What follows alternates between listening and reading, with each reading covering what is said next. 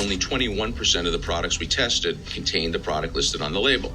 All right, well, that's a little scary. How do you regulate that? What's legal? What should be? With any regulation, your starting point should be, what is the problem to which this regulation is the solution?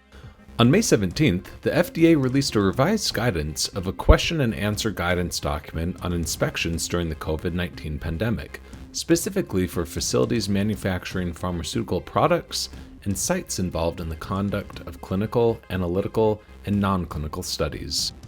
The original guidance document was released in August of 2020 and discussed how the FDA would use alternative tools for inspections during the pandemic.